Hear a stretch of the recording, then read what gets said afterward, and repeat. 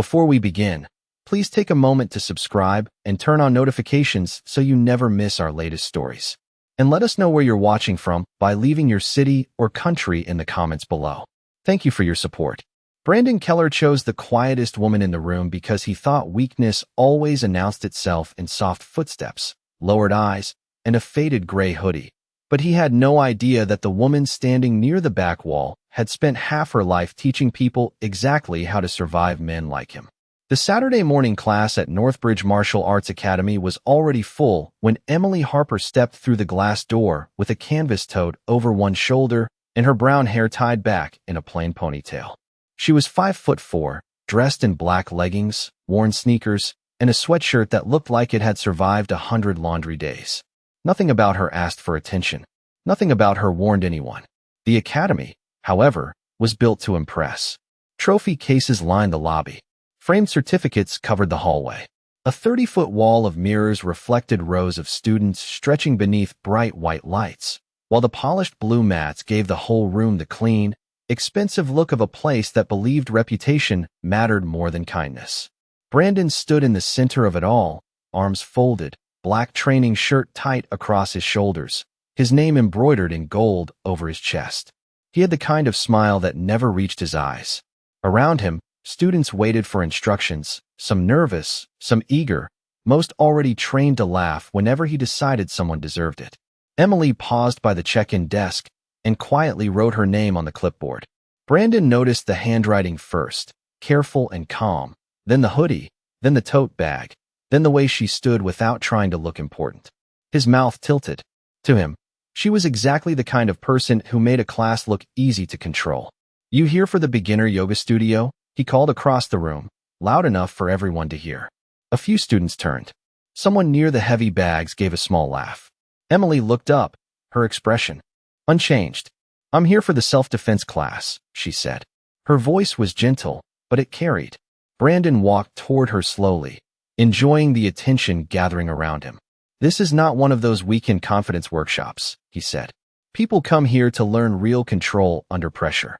He glanced at her tote bag. Some folks realize pretty fast this is more than they signed up for.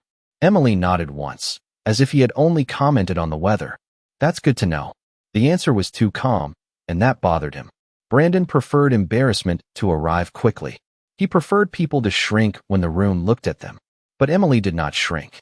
She simply moved to the back of the mat, placed her tote beside the wall, and watched. Near the second row, a teenage student named Maddie Collins lowered her eyes, her face tight, with the familiar discomfort of someone who had seen this routine before. Brandon smiled wider. He thought the class was about to get entertaining. Emily already knew it was about to reveal the truth. Brandon clapped his hands once, and the sound cracked across the academy like a command everyone had learned to obey. "Circle up," he said, pacing along the edge of the blue mats as the students gathered in two neat rows. "Today is about pressure. Not theory, not feelings, not what you saw in some online video. Pressure." His eyes slid toward Emily, who stood quietly near the mirrored wall with her hands relaxed at her sides. "Some people walk in here thinking confidence is something you can buy with a weekend seminar and a water bottle." A few students laughed, softer this time, because Emily had not given them the reaction they expected. She did not blush. She did not look away. She simply listened, and that calmness made the room feel slightly different, as if the air had shifted but no one could say why. Brandon moved through a basic demonstration with one of his senior students, explaining stance, balance, distance, and timing in a voice polished by years of being the loudest man in the room. He was not unskilled. Emily could see that immediately. His feet were quick, his posture practiced, his explanations clear enough for beginners to follow. But beneath the knowledge was something careless. He corrected students by embarrassing them. He praised only the ones who already looked strong. When a middle-aged woman near the front stepped back too early, Brandon stopped the class and sighed as if her mistake personally offended him. "This is exactly what panic looks like," he announced.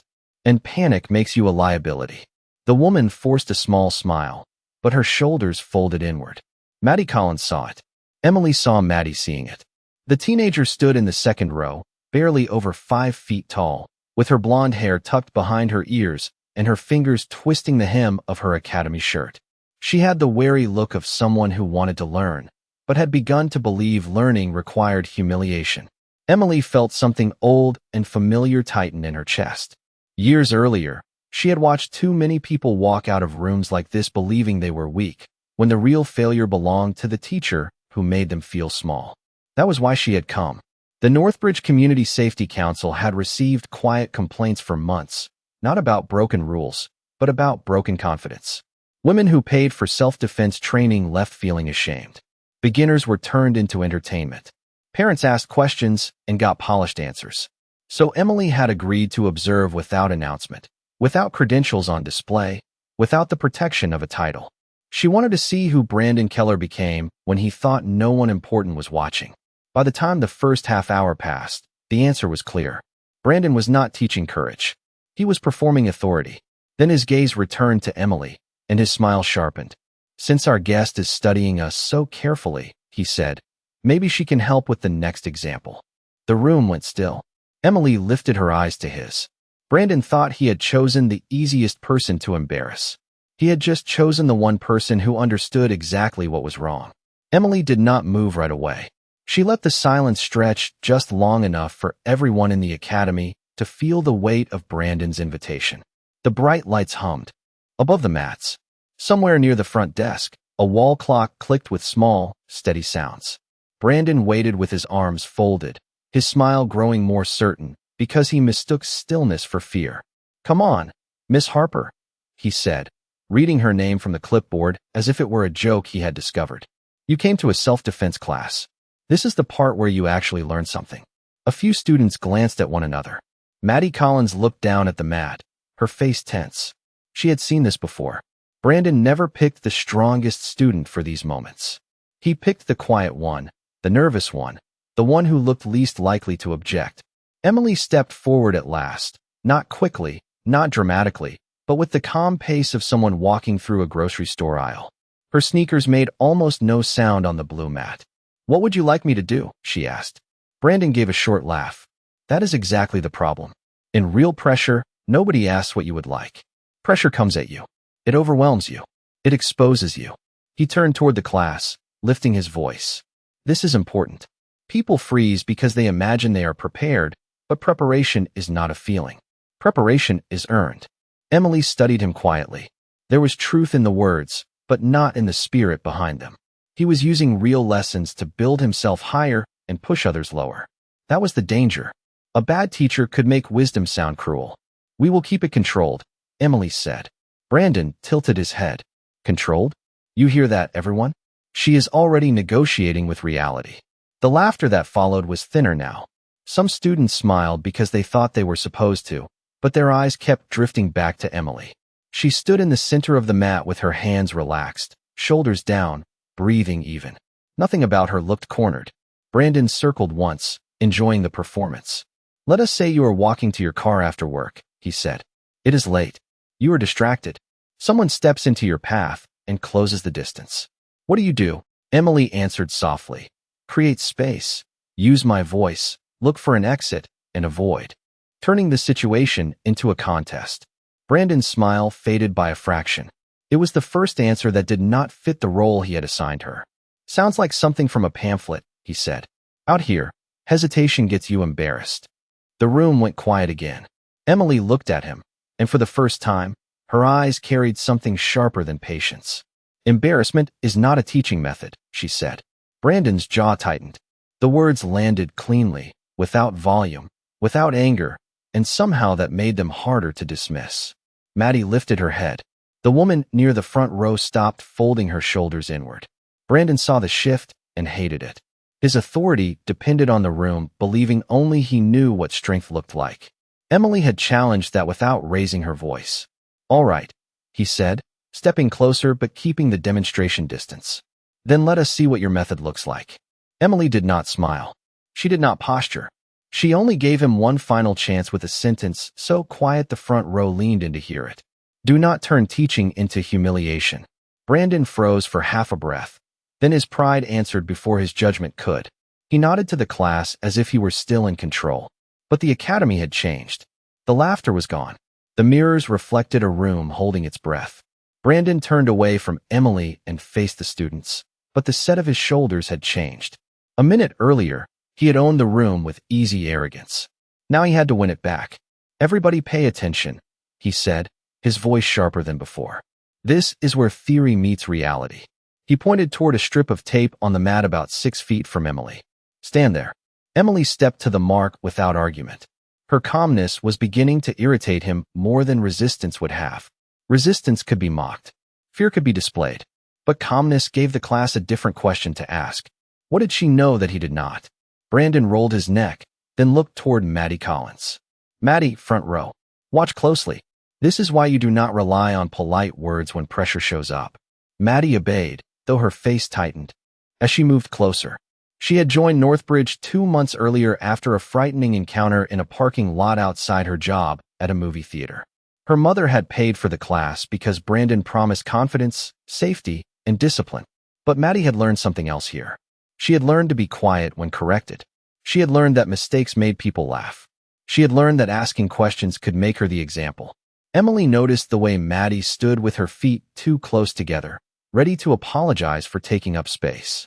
That small detail landed harder than anything Brandon had said. "The first thing people like to say," Brandon continued, glancing at Emily, "is that they will use their voice, create space, look for an exit. Nice words. But under real stress, nice words disappear." Emily answered evenly. "Good training helps them stay." Brandon gave her a flat look. "Good training starts with honesty." "Yes," Emily said. "It does." The room felt the sentence more than heard it. A hush moved across the mats. Even the students near the heavy bags stopped shifting their weight. Brandon's smile returned, but it was thinner now. "Fine. Let us be honest. You walked in here dressed like someone who did not expect to work. You have watched for 40 minutes. You have corrected me twice. So now the class deserves to know whether you have anything behind those calm little comments." Emily looked at the students before she looked at him. "I did not come here to embarrass anyone." Brandon laughed, but no one joined quickly enough to help him. "That is convenient." He stepped to the center line and raised one hand in a careful demonstration position, still performing for the mirrors, still making sure every angle showed his authority. "I'm going to close distance slowly. You respond however your pamphlet tells you to respond. If you freeze, that is the lesson." Emily nodded once. "Slow is fine." Brandon's eyes narrowed. He wanted nervousness. He wanted a crack in her voice. He wanted the class to see her uncertain so his own certainty could return. Instead, Emily shifted 1 foot half an inch, so small most people missed it. But Maddie saw. Her eyes lifted. For the first time all morning, the teenager looked curious instead of ashamed. Brandon moved forward with practiced confidence, certain he was guiding the moment. Emily remained still until the last possible second, not trapped, not tense, only waiting. The academy held its breath, and in that breath, Brandon still believed he was teaching her a lesson. Brandon crossed the 6 feet between them with the confidence of a man who believed the room belonged to him. His steps were measured, his posture wide, his expression set in that familiar half-smile that had made so many beginners feel smaller than they were. Emily did not back away. She did not lift her voice. She did not try to look impressive. She simply watched the space between them disappear, her breathing steady, her eyes fixed not on his face, but on his balance. To most of the class, nothing seemed to be happening. To Emily, everything was already happening. Brandon's lead foot was too heavy. His shoulders moved before his center did. His attention was on the audience, not on the lesson. That was the difference between control and performance. And in the narrow silence of the academy, that difference was about to become impossible to ignore. "Now," Brandon said, loud enough for the back row, "when pressure closes in, panic takes over." He reached the edge of her space and angled his body as if preparing to guide the demonstration. Emily shifted. It was barely more than a turn, a step, and a quiet redirection of momentum. No dramatic sound. No wild motion. No struggle. 1 second Brandon was leading the example. The next, he was stopped in place, his balance neatly taken from him without harm. His own movement redirected so cleanly that his raised hand froze in the air and his words died before they could finish. Emily remained beside him, calm and upright, one hand lifted only enough to show distance, the other relaxed at her side. Brandon was not hurt. He was not thrown. He was simply unable to continue pretending he was in charge of what had just happened. The room went silent. Not the uncomfortable silence that follows embarrassment, but the deeper kind, the kind that makes people replay what they have just witnessed because their minds need one more second to catch up. A student near the mirrors lowered his phone without realizing he had been holding it. The woman in the front row slowly straightened her shoulders. Maddie Collins stared at Emily as if a door had opened somewhere inside her. Brandon blinked once, then twice, his face shifting through confusion, irritation, and the first cold edge of recognition. He tried to laugh, but the sound came out too thin to survive. That was not realistic, he said. Emily stepped back immediately, giving him space with the same courtesy he had refused to give others. It was controlled, she said. That is what you promised the class. No one laughed this time. Brandon looked around, searching for the easy support that had always been there, but the students were not smiling at his cues anymore. They were watching Emily. She turned slightly toward them, her voice still gentle. Self-defense is not about proving you are tougher than someone else. It is about staying aware, protecting your space, and leaving with your dignity intact. Maddie's fingers stopped twisting the edge of her shirt. Brandon heard the shift in the room before he understood it. His authority had not been taken from him by force. It had been exposed by calm. For several seconds, Brandon stood in the center of the mat with his hands still half raised, as if the moment had paused around him and left him behind. The mirrors showed everything he did not want to see. His students were no longer looking at him for permission to react. They were looking at Emily Harper, the quiet woman in the gray hoodie who had not raised her voice, had not insulted him, and had not tried to make him look small. Somehow, that made it worse. Again, Brandon said suddenly. The word came out too fast, too sharp. Emily studied him for a breath. That is not necessary. It is necessary if the class is going to understand context, he replied, turning toward the students with a forced smile. Sometimes a demonstration can look clean because the instructor allows it to.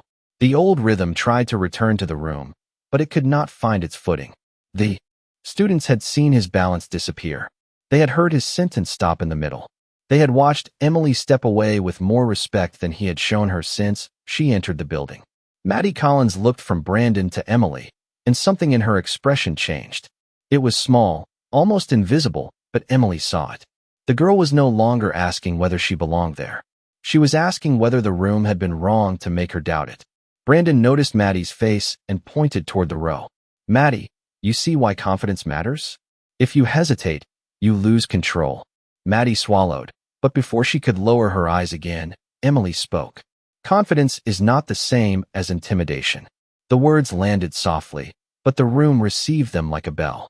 Brandon turned back to her, color rising in his face. You seem to have a lot of opinions for someone who walked in off the street. Emily held his gaze. I walked in through the front door. There is a difference. A few students shifted, not laughing, but awake now. The front desk phone rang once and went unanswered.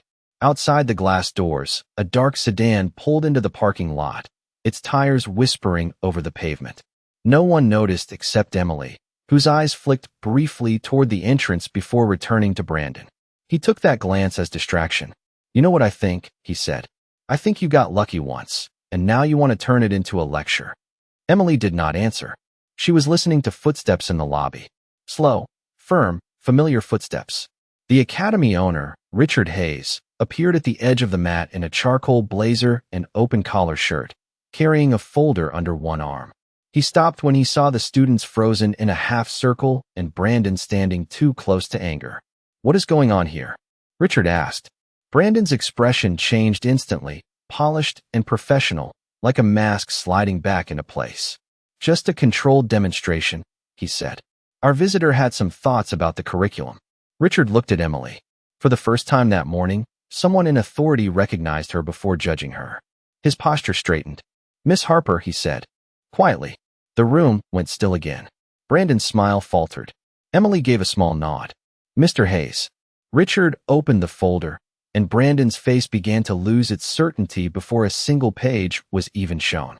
Richard Hayes held the folder at his side for a moment, and the silence in Northbridge Martial Arts Academy became almost physical. Brandon tried to recover first. He smoothed the front of his black training shirt and gave the students a practice smile. the same one he used when parents toured the facility and donors attended community events. "Mr. Hayes, I was just showing the class how different responses work under pressure," he said. Miss Harper offered a few comments, so I gave her a chance to participate. Richard did not look convinced. His eyes moved from Brandon to Emily, then across the faces of the students. He noticed the woman in the front row standing straighter than before. He noticed Maddie Collins watching Emily with a new kind of hope. He noticed how no one seemed relaxed except the quiet woman Brandon had chosen as his example. "A chance to participate," Richard repeated. The words were neutral, but Brandon heard the warning underneath. "Yes, sir," Brandon said quickly. Controlled, professional, completely appropriate. Emily lowered her eyes for a brief second, not in submission, but in sadness. There it was again, the polished language people used to cover the damage they caused. Richard opened the folder. "That is interesting, because Miss Harper was not here as a walk-in student." Brandon's smile froze. A ripple moved through the room, small but unmistakable. One of the senior students looked toward the clipboard near the front desk, then back at Emily, as if the simple name written there had suddenly become a locked door. Richard removed the first page. Emily Harper was invited by the Northbridge Community Safety Council and by this academy's board to observe our self-defense program after several concerns were raised by former students. Brandon's face lost color in slow degrees. "Concerns?" he said. "About what?" Richard's gaze hardened. "About beginners being humiliated.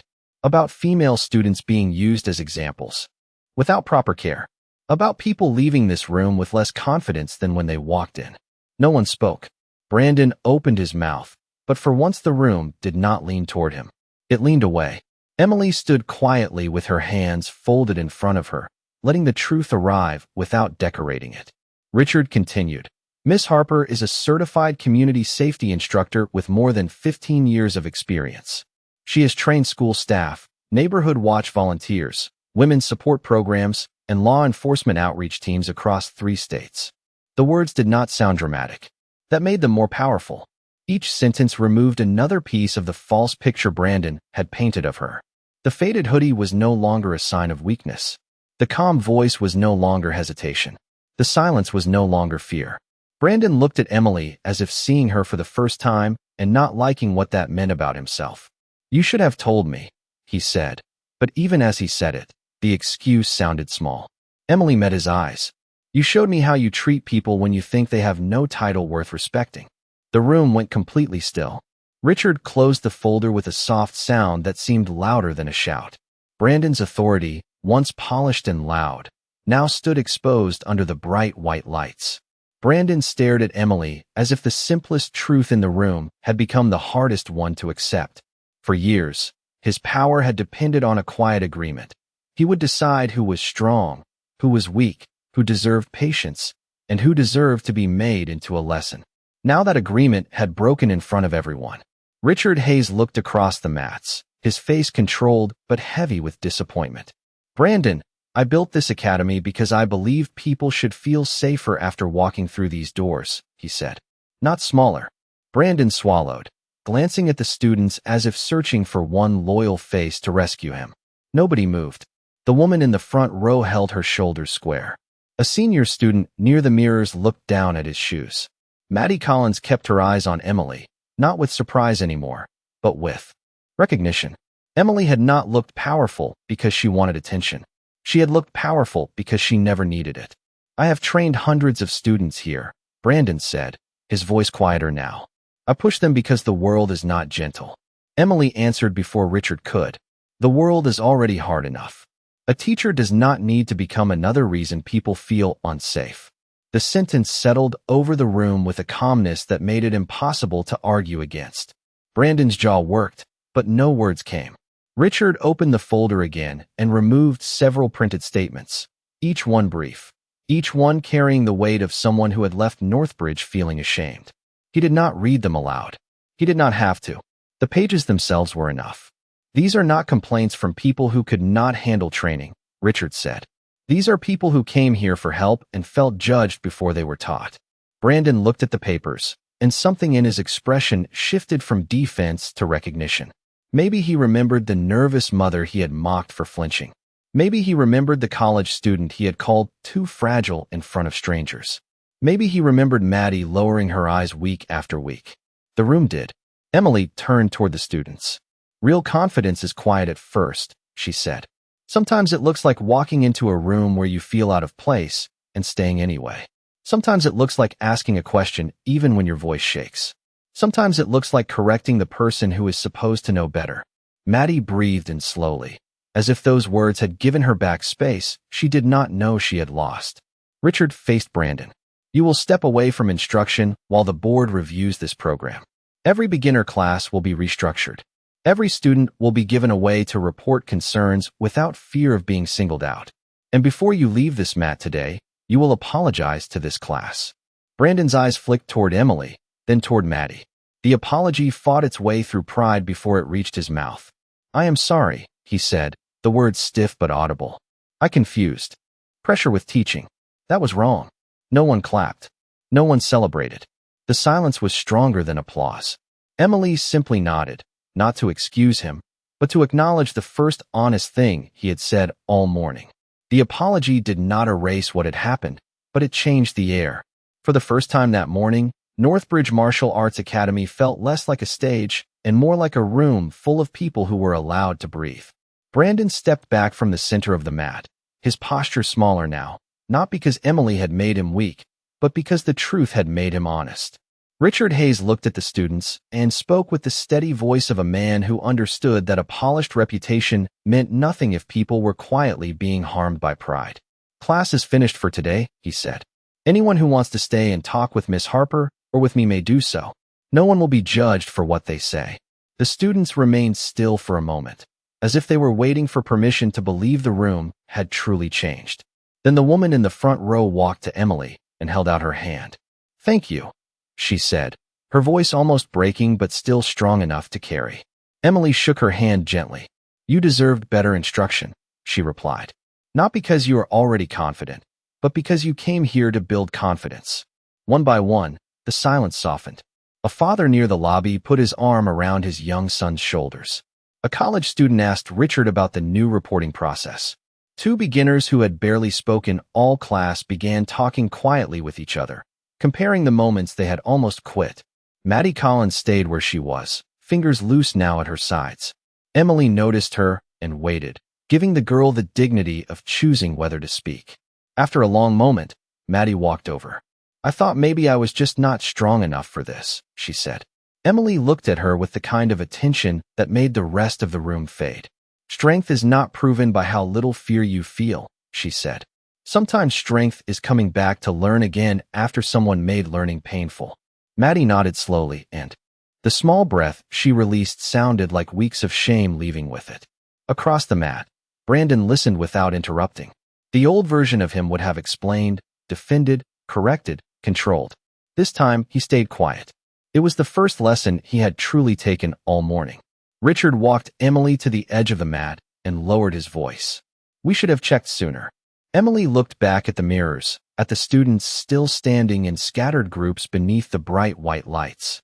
Then check better now, she said. That is where repair begins. She picked up her canvas tote from beside the wall, the same faded bag Brandon had mocked without understanding anything it carried.